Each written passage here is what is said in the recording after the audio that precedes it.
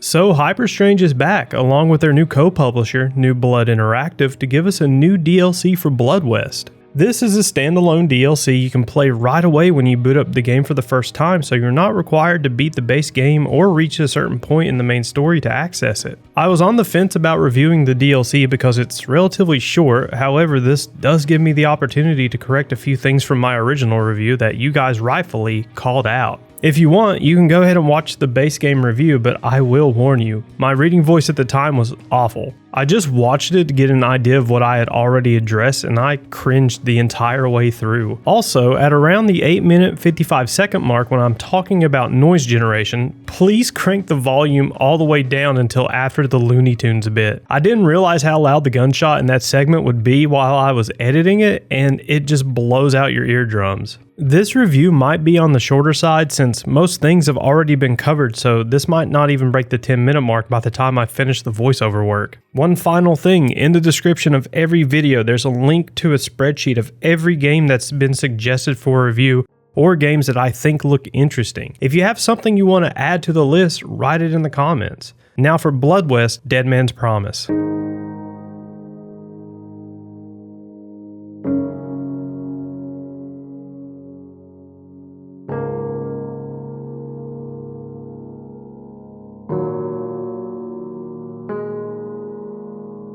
The premise of the DLC is based around a man on a quest to perform a ritual in order to keep his daughter safe. At some point off screen, he dies and we get a shot of him waking up on a raft going into a swamp. Once you actually get to play the game for a minute, you make your way into a cave and meet an interesting character.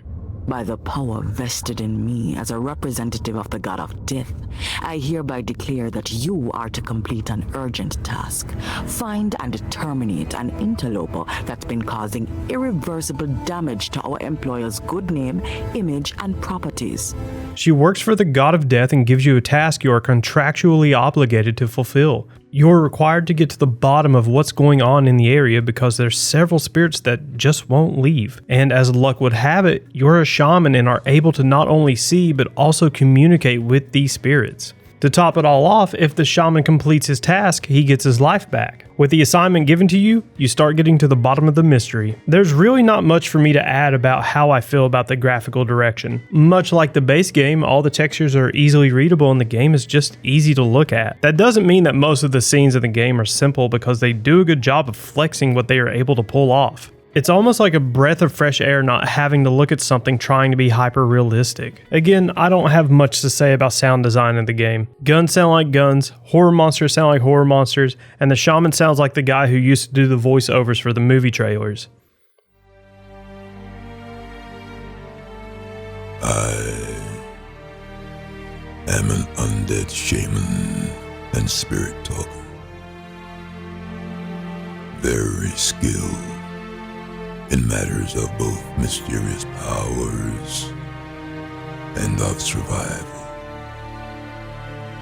I serve the god of death, who saved me from certain demise. Because it is the guy who used to do voiceovers for the movie trailers. Spirits guide my hands. They did add some new music with the DLC, but it's not an entire new soundtrack. Which, whatever, I wasn't expecting a full-length OST to be accompanying the DLC, but it would have been a nice addition. The new tracks are mainly based around the new boss and not really based around the actual new map.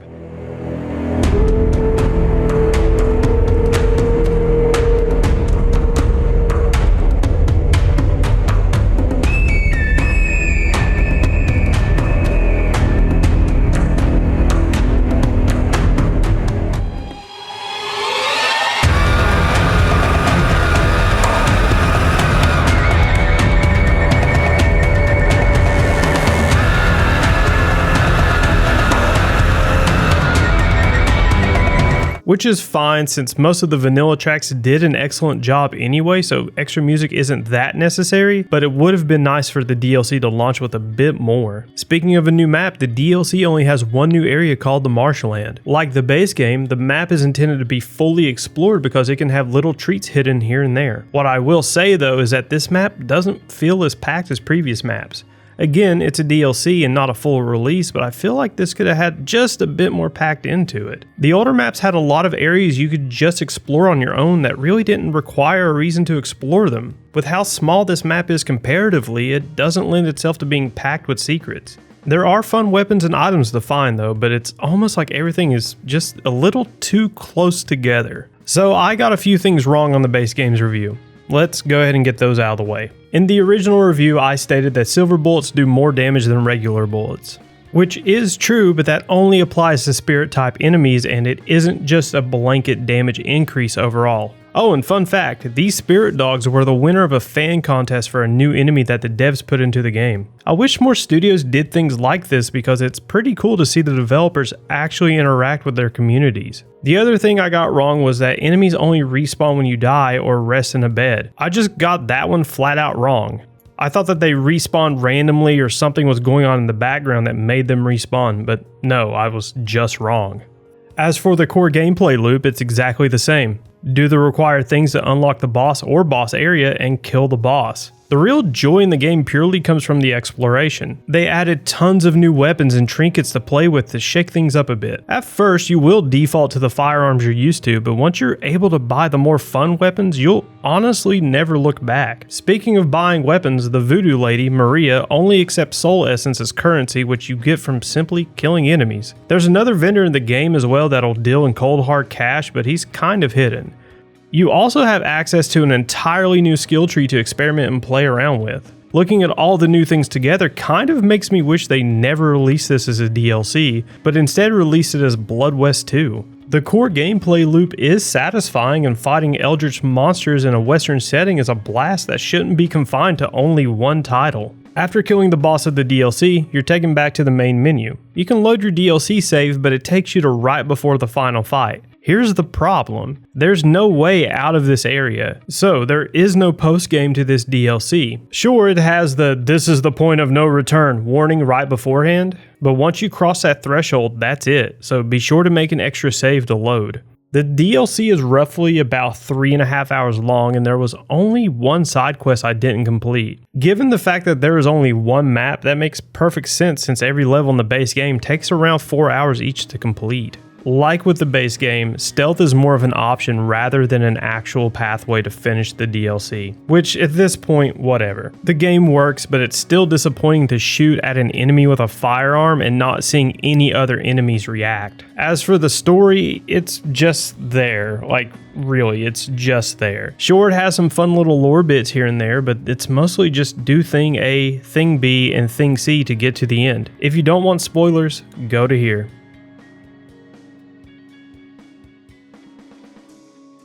As I said earlier, you're mainly trying to uncover a mystery as to why the spirits won't leave. In order to satisfy them, you do their quest and they leave. Some might give you insight about what happened in the area before disappearing, others not so much. Eventually, you find out that there were some cultists using a gateway to another world at some point, letting eldritch nightmares flood into the area. So you hunt down the necessary items to reopen that same portal and fight the boss.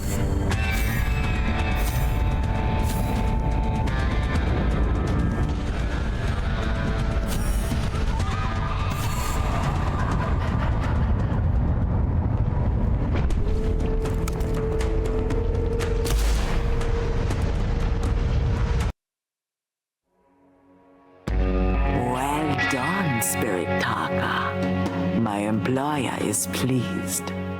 By the power vested in me, I hereby declare our contract fulfilled. I am now at liberty to share with you the true nature of our agreement. It was your daughter who actually saved you. Her prayers for your life were heard by my employer. He entertained her wish and set in motion the chain of events that ensured her safety. Every fair deal has its price.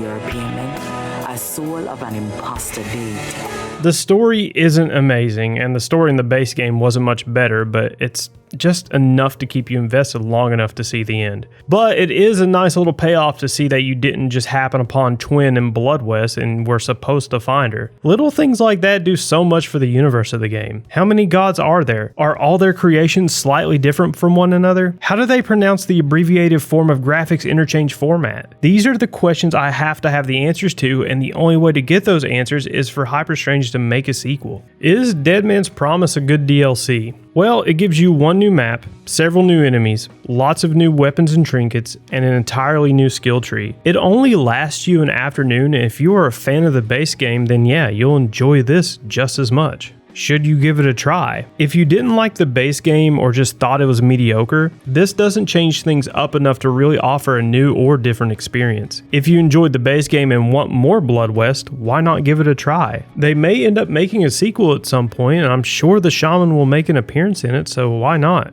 Dead Man's Promise is more of the same, and not in a bad way. The new weapons and enemies shake it up just enough to keep it separate from the main game, and it really goes to show you how much potential the universe has. If you've played Bloodwest to the point where you are sick of looking at it, Dead Man's Promise breathes new life into the title and is worth trying.